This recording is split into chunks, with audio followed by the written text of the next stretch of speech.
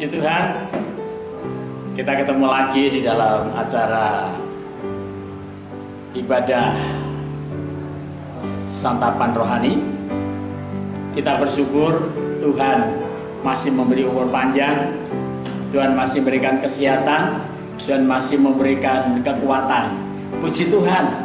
Mari kita berdoa sebelum kita masuk dalam pengajaran firman Tuhan. Bapa di surga, Bapa di dalam nama Tuhan Yesus, kami mau belajar firman-Mu Tuhan, biar firman-Mu menjadi terang bagi hidup kami, menjadi pelita bagi hidup kami. Tolonglah kami supaya kami mengerti akan setiap kebenaran firman-Mu. Di dalam nama Tuhan Yesus, berkat-Mu turun atas kami. Haleluya. Amin. Puji Tuhan. Bapak Ibu Saudara terkasih dalam Tuhan, pada kesempatan hari ini firman Tuhan bertemakan firman-Mu adalah dasar kebenaran.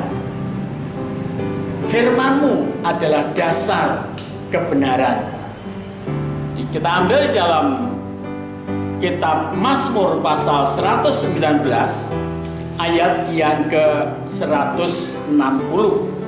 Ya. Demikian firman Tuhan akan saya bacakan.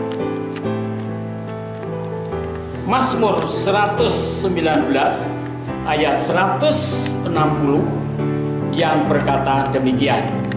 Dasar firman-Mu adalah kebenaran, dan segala hukum-hukum-Mu yang adil adalah untuk selama-lamanya. Amin. Puji Tuhan.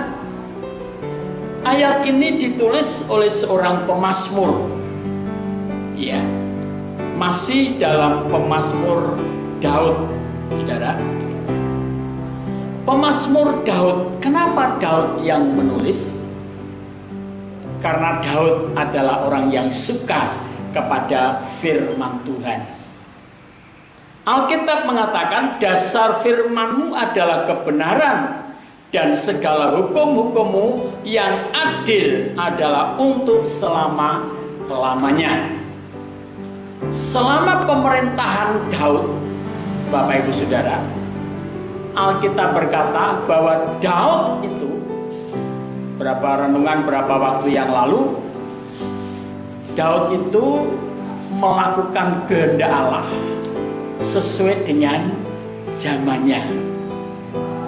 Nah, Tuhan Yesus juga memberikan satu kebenaran, memberikan satu transit, wujud kebenaran yang hidup, kebenaran yang telah menjadi manusia. Tuhan Yesus berkata, "Akulah jalan dan kebenaran dan hidup. Tidak ada seorang pun yang datang kepada Bapa kalau tidak melalui Aku." Bapak Ibu Saudara, Daud secara alam roh dia sudah mengenal kebenaran. Yesus Kristus itulah pribadi firman yang telah menjadi manusia. Nah, oleh sebab itu Bapak Ibu Saudara terkasih di dalam Tuhan, mari kita jadikan firman Tuhan itu menjadi sumber pengharapan bagi setiap kehidupan kita. Sebab apa? Sebab firman Tuhan yang menjadi sumber pengharapan bagi kita. Alkitab mengatakan bahwa pengharapan itu tidak mengecewakan, karena kasih Allah telah dicurahkan di dalam hati kita. Di dalam Roma pasal 5 ayat 5. Oleh sebab itu Bapak Ibu Saudara yang terkasih dalam Tuhan, jangan pernah anggap remeh kepada firman Tuhan. Saya ingatkan sekali lagi, jangan pernah menganggap enteng firman Tuhan. Firman Tuhan menjadi sumber pengharapan bagi kita. Di dalam Mazmur juga pasal yang sama, ya, pasal 119 ayat 114. Firman adalah sumber pengharapanku untuk selama-lamanya. Nah, di dalam Mazmur pasal 1 ayat 3 sampai 4 dikatakan firman itu, ayat Mazmur pasal 1 ayat 3 sampai 4. Orang yang merenungkan Taurat Tuhan siang dan malam itu seperti pohon yang ditanam di tepi air, yang merambatkan batang-batang akarnya kepada batang-batang air, sehingga tidak mengalami datangnya tahun kering dan daunnya tetap hijau. Dia berbuah pada musimnya, dan apa saja Alkitab mengatakan yang diperbuatnya berhasil. Wow, luar biasa. Jadi orang yang suka merenungkan Taurat Tuhan siang dan malam, yang suka merenungkan firman Tuhan, Alkitab berkata apa saja yang diperbuatnya berhasil. Orang kepengen berhasil, kepengen sukses, tetapi tidak mau merenungkan Taurat Tuhan, tidak mau merenungkan firman Tuhan. Yang direnungkan apa? Masalahnya, persoalannya. Itu sebabnya tidak sukses, tidak berhasil, gagal, gagal dan gagal dan gagal.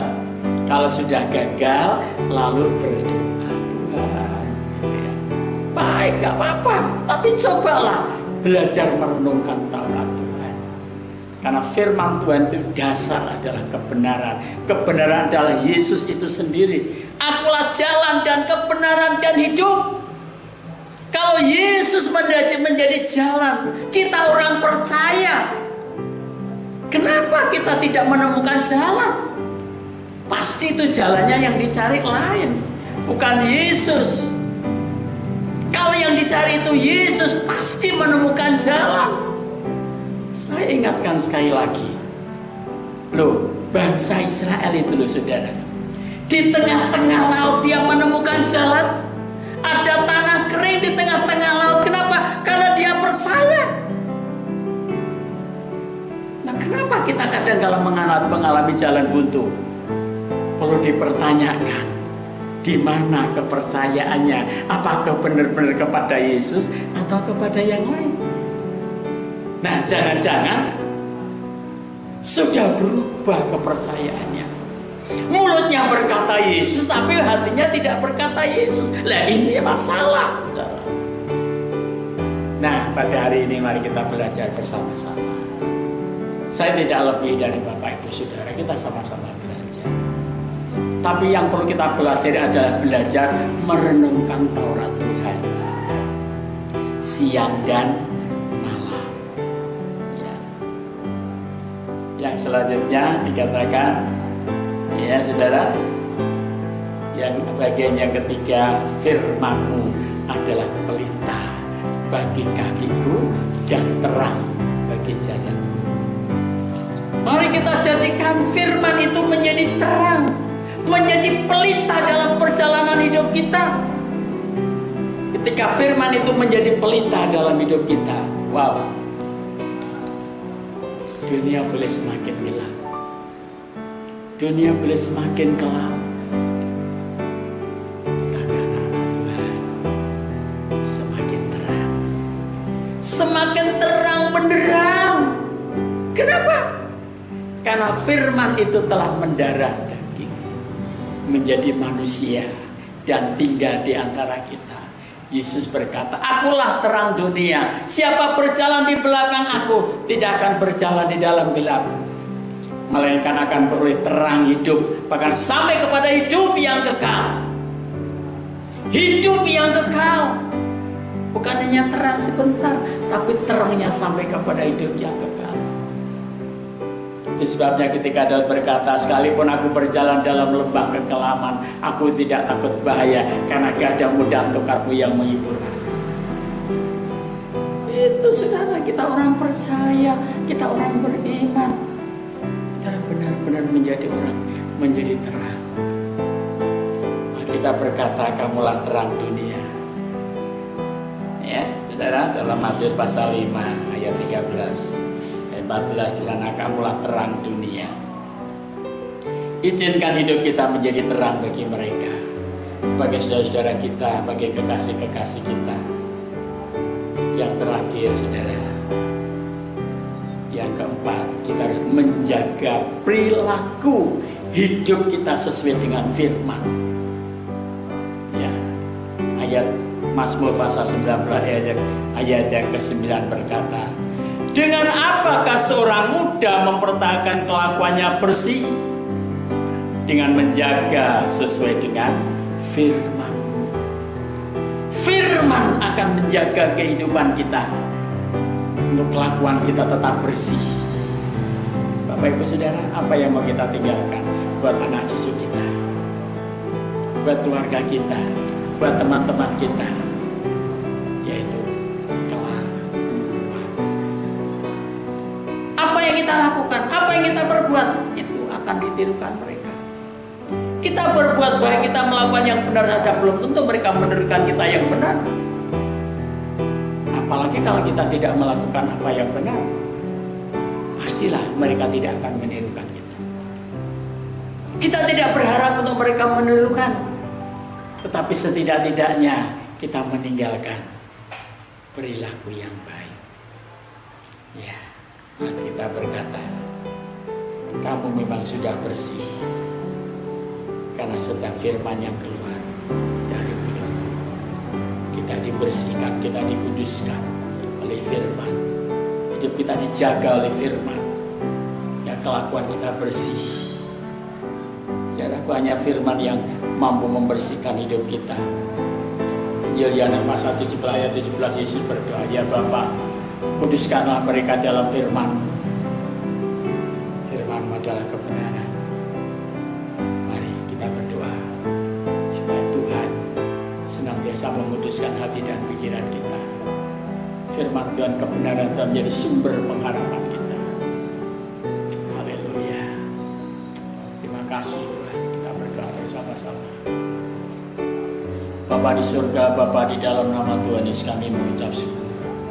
Bila kebenaran firman-Mu senantiasa menjadi dasar dalam kehidupan kami.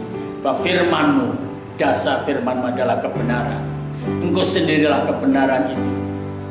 Terima kasih Bapa, yang telah menyatakan kebenaran di atas kayu salib gunung Golgota demi keselamatan bangsa, seluruh bangsa di bumi ini Bapa. Kami bersyukur kepada-Mu Bapa, terpuji-pujilah nama-Mu ya Tuhan. Kami mengucap syukur buat kebaikan. Tolonglah kami, bimbinglah kami, jagailah kami dengan firman-Mu Tuhan, supaya kami bisa mempunyai satu kelakuan yang baik, kelakuan yang benar di hadapan Tuhan maupun di hadapan sesama kami. Terima kasih Bapa di surga, kami mengucap syukur. Terpujilah nama-Mu ya Tuhan. Segala kemuliaan bagi Tuhan. Dalam nama Tuhan Yesus, berkat-Mu atas kami. Haleluya.